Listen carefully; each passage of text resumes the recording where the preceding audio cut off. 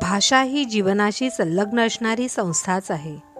आपण सर्वजण भाग्यवान आहोत की आपली मातृभाषा मराठी आहे, जी अत्यंत अमूल्य साहित्याने सजलेली आहे. हे साहित्य मराठी भाषेचे ऐश्वर्य आहे. आपल्या महाराष्ट्राला संत ज्ञानेश्वर, संत तुकाराम, संत एकनाथ, संत मुक्ताई यासारख्या संतांची परंपरा लाभली आहे. या संतांनी त्यांच्या साहित्यातून मराठी भाषेचा गौरव केला आहे. छत्रपती शिवाजी महाराज यांनी महाराष्ट्रात आपली तलवार तळपत ठेवली. हिंदवी स्वराज्याची स्थापना करून महाराष्ट्र धर्म वाढवला. यामुळेच मराठी भाषा सुरक्षित झाली. संत ज्ञानेश्वर यांनी तर माझ्या मराठीची बोलू कौतुके, परी अमृतातेही पैजाशी जिंके या वचनातून मराठीचे महत्त्व अधोरेखित केले आहे.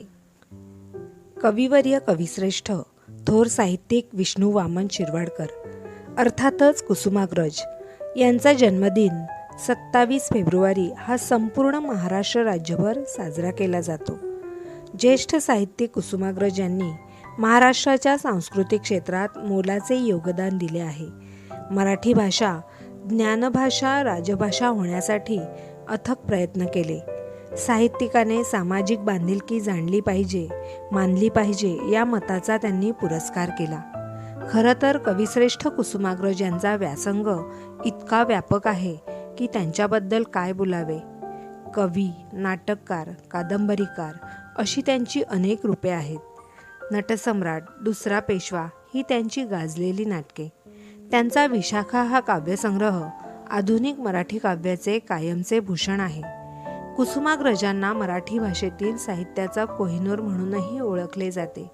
त्यांना साहित्यातील सर्वोत्तम पुरस्काराने, ज्ञानपीठ पुरस्काराने गौरवण्यात आले. भारत सरकारने त्यांना साहित्य क्षेत्रातील मौलिक योगदानाबद्दल पद्मभूषण पुरस्काराने सन्मानित केले.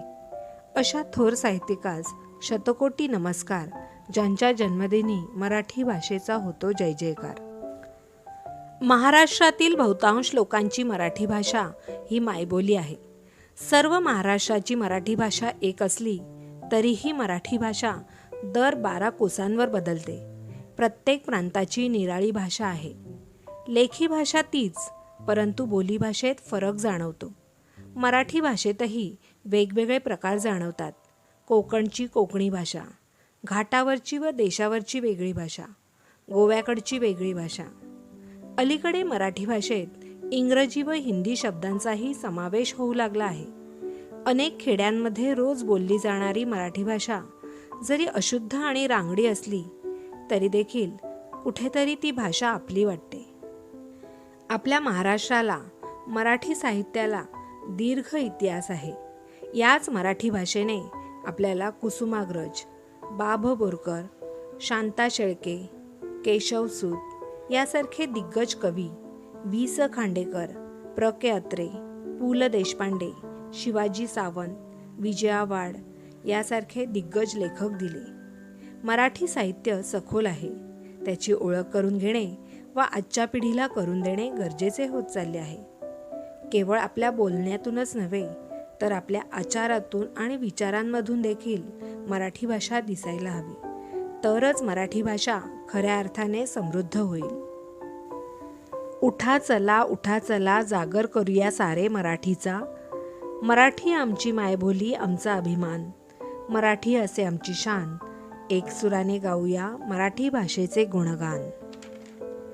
मराठी भाषा ही जास्त प्रमाणात महाराष्ट्र राज्यामध्ये वापरली जाते. आपल्या भारत देशातील 22 अधिकृत भाषांपैकी मराठी भाषा ही एक भाषा आहे. मराठी भाषेचा जागर करून, तिचे संवर्धन करून, तिला पुन्हा एकदा समाजामध्ये प्रतिष्ठित भाषेचा दर्जा मिळवून देण्याची नैतिकता आपली आहे. मराठी भाषेचे संवर्धन कसे करता येईल? सर्वप्रथम आपल्या घरात मराठी भाषेतूनच संभाषण करावे. समाज माध्यमांवर किंवा इतरत्र कुठेही लेखन स्वरूपात व्यक्त होताना आपल्या लिखाणात मराठी भाषेचा उपयोग करावा. मराठी भाषेतील पुस्तकांचं वाचन वाढवायला हवं. आपल्या घरात, कार्यालयात मराठी भाषेतील पोस्टर्स किंवा भित्तिपत्रके लावावीत. मुलांना मराठी गोष्टींची पुस्तके वाचायला द्यावीत.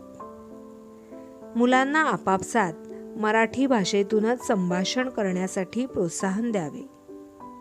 शुभेच्छा संदेश पाठवताना मराठी भाषेतूनच पाठवावीत. शाळा, महाविद्यालये, शासकीय किंवा निमशासकीय ठिकाणी आवश्यक तिथे मराठीतूनच अर्ज सादर करावा.